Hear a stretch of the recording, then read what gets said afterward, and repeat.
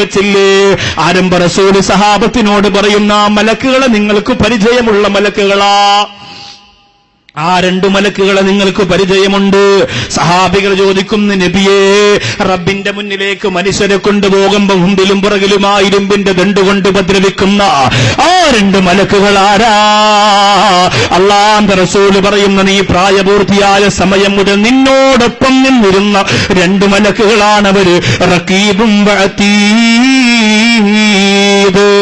റഖീബ് എന്ന മലക്ക്, അതീദ് എന്ന മലക്ക് നിന്റെ രണ്ടു ഭാഗത്ത് ഇപ്പോഴുമുണ്ട്. ഇവിടെ സ്വർഗത്തിന്റെ മജ്ലിസിൽ വന്നിരിക്കുന്നവരെ നിങ്ങളുടെ വലത്തും ഇടത്തുമുണ്ട്. എന്റെ പ്രിയപ്പെട്ടവരെ, എന്റെ വലതുഭാഗത്തുണ്ട് ഈ സ്വറക്ക പറഞ്ഞവിടെ വലതുഭാഗത്തുണ്ട്, ഇടതുഭാഗത്തുണ്ട്, സർവരോടൊപ്പവുമുണ്ട്. ആ പ്രിയപ്പെട്ട മലക്കുകൾ നമ്മൾ എവിടെ പോയാലും കൂടെയുണ്ട്. റമദാൻ മാസത്തിന്റെ ഫുട്ബോൾ മാമാങ്കത്തിന് മലബാറിന്റെ വേദി ഒരുങ്ങുമ്പോ റമദാനിന്റെ സന്തോഷത്തിന്റെ വിലപ്പെട്ട സമയം മറന്നിട്ട് അതിനുവേണ്ടി പോയി സമയം കളയുന്ന ഈ പാറ്റകളായ നിന്റെ കൂടെ ആ രണ്ടു മലക്കുകളുണ്ടെന്ന് മറക്കല്ലേ ചെറുപ്പക്കാരാ. കാമുകിക്ക് വേണ്ടി മെസ്സേജിലൂടെ മൊബൈലിലൂടെ മെസ്സേജ് അയക്കുമ്പോ, കമന്റ് എഴുതുമ്പോ, IMOയിലൂടെ വീഡിയോ കോളിലൂടെ വരെ പരസ്പരം കണ്ട് സംസാരിക്കുമ്പോ, വാട്സപ്പിലൂടെ ഹറാം അനുഭവിക്കുമ്പോ ആ രണ്ടു മലക്കുകൾ കൂടെ ഉണ്ടെന്ന് മറക്കല്ലേ ചെറുപ്പക്കാരാ. എന്റെ പെങ്ങള്, ഭർത്താവിനെ മറന്നുകൊണ്ട് അടുക്കളയുടെ പിന്നാമ്പുറത്തെ വാതില് കാമുകന് വേണ്ടി തുറന്നു കൊടുക്കുമ്പോ നിന്റെ അടുത്തുള്ള രണ്ട് മലക്കുകൾ കാണുന്നുണ്ട് എന്ന് മറക്കല്ലേ പെങ്ങള്. എത്ര ഫസാദ് പറയുന്നുവോ, എത്ര ഈബത്ത് പറയുന്നുവോ, എത്ര തെറ്റ് ചെയ്യുന്നുവോ, എത്ര കുറ്റം പറയുന്നുവോ, എത്ര ഹറാമ് ചെയ്യുന്നുവോ, എത്ര ഹറാമ് തിന്നുവോ, അത് മുഴുവനും അല്ലാഹ് ആ മലക്കുകൾ കണ്ടുകൊണ്ടിരിക്കുകയാണ്. ഈ ലോകത്തിരുന്ന് വിട പറയുന്ന നിമിഷം ആ രണ്ട് മലക്കുകളെ നാം നേരിട്ട് കാണുമെന്ന് നബി തങ്ങൾ പറയുന്നു. ഈ ലോകത്തിൽ നിന്ന് വിട പറയുമ്പോ ആ രണ്ട് മലക്കുകളെ നമ്മൾ നേരിട്ട് കാണുന്നതാണ്. അസ്രായേലിനെ മാത്രമല്ല, റഖീബ് തീത് വന്നിട്ട് നിന്നോട് പറയും, ഞങ്ങളുടെ ഡ്യൂട്ടി കഴിഞ്ഞു പോവാണ്, ഇനി പരലോകത്ത് വെച്ച് കാണാം. ഖബറിന്റെ അകത്തിന് നീ എഴുന്നേക്കുമ്പോ ഞങ്ങൾ നിന്റെ അടുത്തുണ്ടാവും, നിന്റെ ഈ ഏടുകളുമായി എവിടെയുണ്ടാവും, ഞങ്ങൾ പോവുകയാണ്. കമ്മിൻ മജ്ലിസോ ഇന്നജിലസ്തനാ. എന്നാലും എടാ, എത്ര വൃത്തികെട്ട സ്ഥലത്താനാ നീ ഞങ്ങളെ കൊണ്ടുപോയത്. കള്ളുഷാപ്പിൽ നീ കേറിയപ്പോ ഞങ്ങളും കൂടെ കേറി, വ്യഭിചരിക്കാൻ പോയപ്പോ ഞങ്ങളും കൂടെ വന്നു. ചെറുപ്പക്കാരാ മോനെ, ജീവിതം വളരെ ചെറുതാണ്, പെട്ടെന്ന് തീർന്നു പോകും. അതുകൊണ്ട് എന്തെങ്കിലും നിന്റെ പടച്ചവന് വേണ്ടി ചെയ്തോ, എന്തെങ്കിലും നിന്റെ പടച്ചവന് വേണ്ടി ചെയ്തോ. നൗഷാദ് എന്ന് പറയുന്ന ചെറുപ്പക്കാരൻ രണ്ട് സാധുക്കളെ രക്ഷപ്പെടുത്താൻ വേണ്ടി മാൻഹോളിലേക്ക് എടുപ്പ് ചാടി മരണപ്പെട്ടു പോയെങ്കിൽ എന്റെ പ്രിയപ്പെട്ടവരെ, നിങ്ങളൊന്ന് ചിന്തിക്കുക. ആ പുണ്യപ്രവർത്തനം ചെയ്തതിന്റെ പേരിൽ ലോകത്തുള്ള മുഴുവൻ ഉസ്താദുമാരും ആ കൂട്ടുകാരന് വേണ്ടി ദുആ ചെയ്തില്ലേ? ആ പുണ്യപ്രവർത്തനത്തിന്റെ ബറക്കത്ത് നിങ്ങൾ കണ്ടില്ലേ? ആ ഒരു പുണ്യ സൽക്കർമ്മത്തിന്റെ പുണ്യം നിങ്ങൾ കണ്ടില്ലേ? എനിക്ക് ഭക്ഷണം തന്ന, ഞാൻ ദറസിൽ പഠിക്കുമ്പോ ഭക്ഷണം തന്നവർക്ക് ഇത്രയും ജനങ്ങളുടെ ആമീൻ കിട്ടുന്നില്ലേ? അവരല്ലാഹു എന്നറിഞ്ഞില്ല. ഇന്നിവിടത്തെ ശുഹദാ അറബി കോളേജിന്റെ മക്കൾക്ക് ഭക്ഷണം കൊടുക്കുന്ന, അവർക്ക് വസ്ത്രം വാങ്ങിക്കൊടുക്കുന്ന, അവർക്ക് ഉറങ്ങാനും ഉടുക്കാനും കൊടുക്കുന്ന പ്രിയപ്പെട്ടവരറിയുന്നില്ല നാളെ അവരാരാണാകാൻ പോകുന്നതെന്നറിയില്ല. അതൊക്കെ അല്ലാഹുവിന്റെ ഖദറുകളാഹിലുള്ളതാണ്. അല്ലാഹുവേ, ഈ ലോകത്തിൽ നിന്ന് വിട പറയുന്നതിന് മുമ്പ് അവിടത്തേക്ക് വേണ്ടി വല്ലതും ചെയ്തോ? ഈ രണ്ടു മലക്കുകൾക്കൊരു സ്വഭാവമുണ്ട്. ദുർമാർഗികളാണ് മരിക്കുന്നതെങ്കിൽ അവരോട് വന്നിട്ട് ഭീഷണിപ്പെടുത്തി പറയും, നീ അല്ലാഹുവിന്റെ കോടതിയിൽ വരുമ്പോ ഞങ്ങൾ കാണിച്ചു തരാം, ഞങ്ങളെ നീ എവിടെയെല്ലാം കൊണ്ടുപോയി. റബ്ബിന്റെ കോടതി വരുമ്പോ നമുക്ക് നേരിട്ട് കാണാമടാ എന്ന ഭീഷണി പറഞ്ഞിട്ടാണ് പോകുന്നതത്രേ. എന്നാൽ സ്വാലിഹീങ്ങളാണ് മരിക്കുന്നതെങ്കിൽ റഖീബ് അതീദ് എന്ന മലക്കുകൾ വന്നിട്ട് പറയും, പിരിയാ ഞങ്ങൾക്ക് പ്രയാസമുണ്ട്, പിരിയാ ഞങ്ങൾക്ക് പ്രയാസമുണ്ട്. ശംസുൽ ഉലമയോട് പറഞ്ഞു കാണുമല്ലോ, കണ്ണിയത്ത് ഉസ്താദിനോട് പറഞ്ഞു കാണുമല്ലോ, CH ഉസ്താദിനോട് പറഞ്ഞു കാണുമല്ലോ. ഒരു പുഞ്ചിരിയുടെ നിലാവ് കൈരളിക്ക് സമ്മാനിച്ചു മങ്ങാതെ ഇന്നും ആ പ്രകാശം നിലനിൽക്കുന്ന പാണക്കാട് സയ്യിദ് മുഹമ്മദ് ശിഹാബ് തങ്ങളോട് പറഞ്ഞു കാണുമല്ലോ, ബാഫക്കിത്തങ്ങളോട് പറഞ്ഞു കാണുമല്ലോ, പിരിയാ ഞങ്ങൾക്ക് പ്രയാസമുണ്ട്, എങ്കിലും ഞങ്ങൾ പോവുകയാണ്. ജാമിഅ നൂരിയയുടെ ദറസിന്റെ അകത്തിരുന്നു കൊണ്ട് കിതാബ് എടുത്തുകൊണ്ടിരിക്കുമ്പോ വായിൽ വന്ന ഉമിനീര് തുപ്പിക്കളയാൻ പോലും ഞാൻ എഴുന്നേറ്റ് പോവാറില്ല. അങ്ങനെ പോയാൽ എന്റെ ഈ മക്കൾക്ക് പറഞ്ഞു കൊടുക്കാൻ അല്ലാഹു തന്ന സമയം പാഴാക്കിയതിന് വേണ്ടിയിട്ട് പരലോകത്തെ വിചാരണയെ പേടിക്കുന്നു എന്ന് പറഞ്ഞ കാളമ്പാടിയോട് എന്ന് പറഞ്ഞ കാളമ്പാടിയോട് ഒരുപക്ഷേ പറഞ്ഞു കാണുമല്ലോ, ബഹുമാനപ്പെട്ട മലക്കുകൾ ഉസ്താദേ പിരിയാൻ പ്രയാസമുണ്ട്, എങ്കിലും ഞങ്ങൾ പിരിയുകയാണ്, ഞങ്ങളോടെങ്ങനെ പറയുമോ ചെറുപ്പക്കാരാ, നിങ്ങളോടെങ്ങനെ പറയുമോ ഉമ്മമാരെ? ഒരിക്കലും ആ മലക്കുകൾ അങ്ങനെ പറയില്ല. അങ്ങനെ പറഞ്ഞാ ഞങ്ങൾ രക്ഷപ്പെട്ടല്ലോ.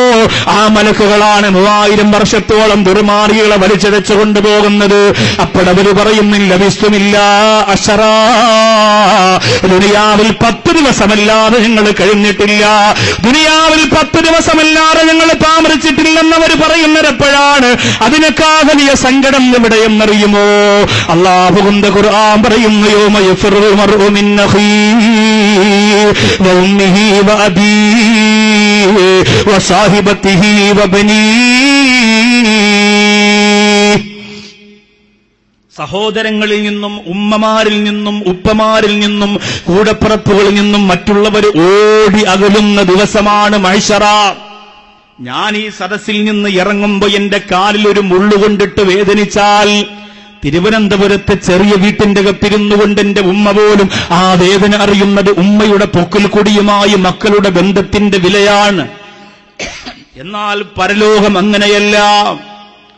എത്രയോ മജ്ലിസിൽ ഇന്നലെ പ്രസംഗിച്ച വടകരയിലെ മാഹി എന്ന സ്ഥലത്തിന്റെ പ്രിയപ്പെട്ടവരെ, ലക്ഷങ്ങൾ അല്ലാഹുവിന്റെ മാർഗത്തിന് വേണ്ടി സ്വതക കൊടുക്കുന്ന ചുണക്കുട്ടന്മാര് പറയുന്നത് എന്റെ ഉമ്മാക്ക് വേണ്ടി ദ്വാരക്കണേ എന്നാണ്. എന്റെ ഉമ്മ പോയാ പിന്നെ ആരുമില്ല ഉസ്താദേ എന്ന് പറയുന്നവരാ. എന്തിനേറെ ഇവിടെ വീഡിയോ റെക്കോർഡിംഗ് നടത്തുന്ന ശാഖുമറ്റ് ചോരുന്ന ചെറുപ്പക്കാരന് ഗ്യാസ് കയറി നെഞ്ചുവേദന വന്ന് പിടഞ്ഞു പോയി പുടുപിടയ്ക്കുന്ന പോലെ പിടന്ന് അടിമാലി ഹോസ്പിറ്റലിന്റെ അകത്ത് ആ പ്രിയപ്പെട്ട കൂട്ടുകാരനെ കൊണ്ട് കഴിപ്പിയപ്പോ മരിച്ചു പോകുമോ എന്ന് ഭയന്നിട്ടാ പൊന്നുമോൻ പറഞ്ഞത്, എന്റെ ഉമ്മച്ചിക്കാരുമില്ല കൂട്ടുകാരാ, എന്റെ ഉമ്മച്ചിക്കാരുമില്ല. ഞാൻ മരിച്ചാൽ എന്റെ ഉമ്മാക്കാരാണെന്ന് ചോദിച്ചു പൊട്ടിക്കരഞ്ഞു പോരെങ്കിൽ ഉമ്മാക്ക് വേണ്ടി ജീവിക്കുന്ന മക്കളെ അല്ലാഹുവിന്റെ കോടതിയിൽ വരുമ്പോ ആ ഉമ്മയെ കൈകൊണ്ട് തട്ടിക്കളഞ്ഞിട്ട് നിങ്ങൾ ഓടിപ്പോകുമെന്ന് പറയുന്ന ആ വാക്കോർത്തിട്ട് സഹാബികളെ പ്രയാകരഞ്ഞത്. എന്നെ സംബന്ധിച്ചിടത്തോളം ഒരു 10 പ്രാവശ്യം ഉമ്മ എന്ന് പറയേണ്ടി വന്നാ കരയുന്നവനാണ് ഞാൻ. അത്രയ്ക്ക് എന്റെ പ്രിയപ്പെട്ട ഉമ്മ എനിക്ക് വേണ്ടി കഷ്ടപ്പെട്ടിട്ടുണ്ട്. ഇന്ന് നിങ്ങൾ ഈ കാണുന്ന നൗഷാദ് ബാക്കവിയുടെ ആരോഗ്യത്തിന്റെ ആദ്യ സമ്മാനം എന്റെ ഉമ്മച്ചിയല്ലേ.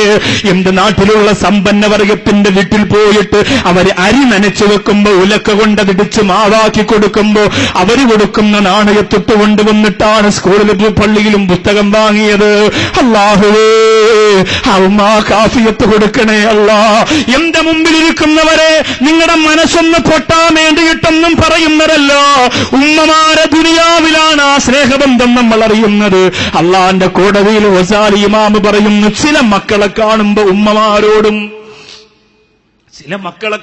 ഉമ്മമാരോടും എന്തിനാണ് ഓടുന്നതെന്നറിയോ?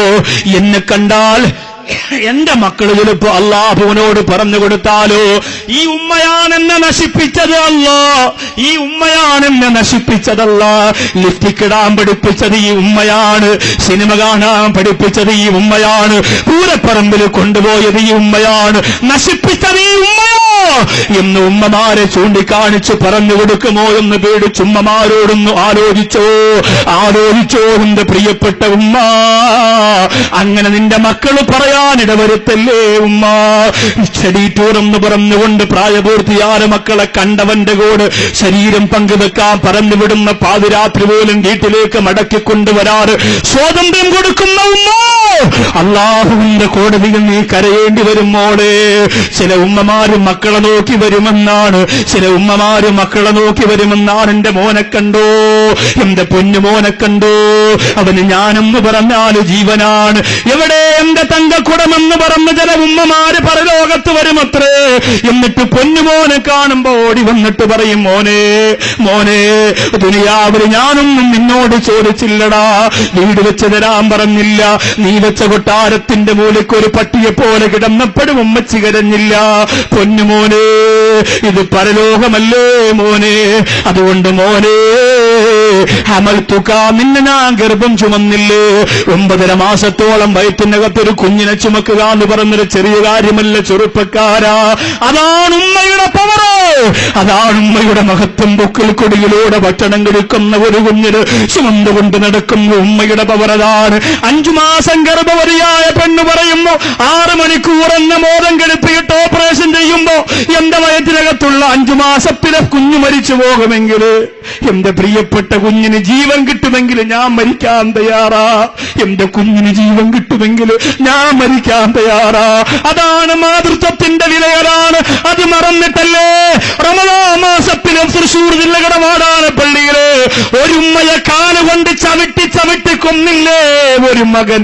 അല്ലാഹുവേ, ആ ഉമ്മാക്ക് സ്വർഗം കൊടുക്കണയല്ല, ആ ഉമ്മാക്ക് സ്വർഗം കൊടുക്കണയല്ല.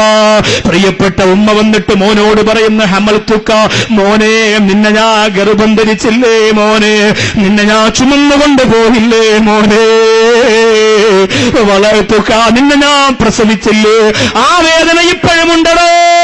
മരണവേദനയോടെ, നെഞ്ചുപൊട്ടുന്ന വേദനയോടെ എന്റെ ഉദരത്തിനകത്തിരുന്ന് കരഞ്ഞുകൊണ്ട് നീ പുറത്തിറങ്ങി വന്നപ്പോ ഞാൻ അനുഭവിച്ച വേദന, അതിന് പകരമായിട്ട് മോനെ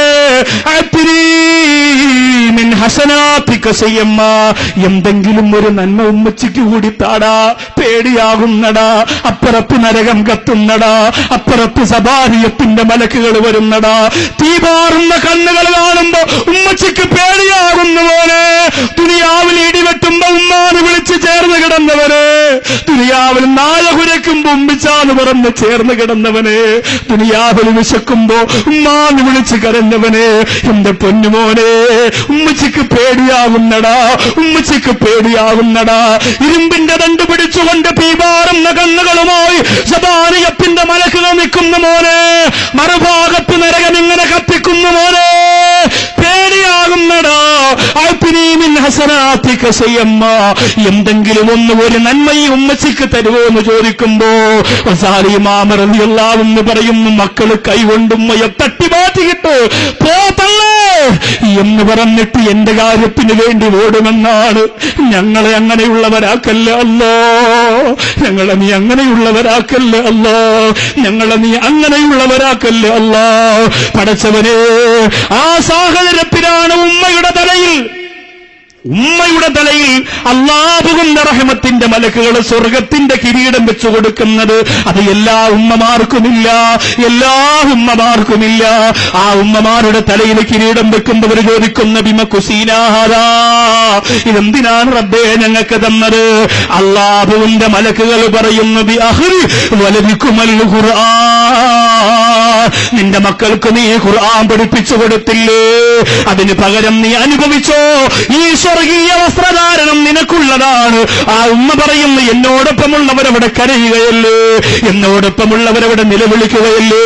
പടച്ചവരെ, ആ കിരീടം എന്റെ ഉമ്മച്ചിക്ക് കൊടുക്കണയല്ല, കബീർ ഉസ്താദിന്റെ ഉമ്മച്ചിക്ക് കൊടുക്കണയല്ല, ഇവിടുത്തെ ഉസ്താദുമാരുടെ ഉമ്മമാർക്ക് കൊടുക്കണയല്ല. ഈ വന്നിരിക്കുന്ന പാവപ്പെട്ടവര് ബക്കറ്റ് കൊണ്ടുവരുമ്പോ 10 രൂപയേ ഉള്ളു ഉസ്താദേ, 1 ലക്ഷവും 2 ലക്ഷവും ഒക്കെ കൊടുക്കുമ്പോ ഞങ്ങളുടെ കയ്യിലൊന്നുമില്ലെന്ന് പറഞ്ഞ് കണ്ണീരോടെ ബക്കറ്റിൽ സ്വതക്കയിട്ട് കൊടുക്കുന്ന മക്കളുടെ ഉമ്മമാർക്ക് റബ്ബേ, ആ സ്വർഗത്തിന്റെ കിരീടം നീ കൊടുക്കണയല്ല. രണ്ടാമത്തെ പിരിവിലേക്ക് വരികയാണ്. സന്തോഷത്തോടെ പറയുക, ആനന്ദത്തോടെ പറയുക, വെറുപ്പൊന്നും വിചാരിക്കണ്ട.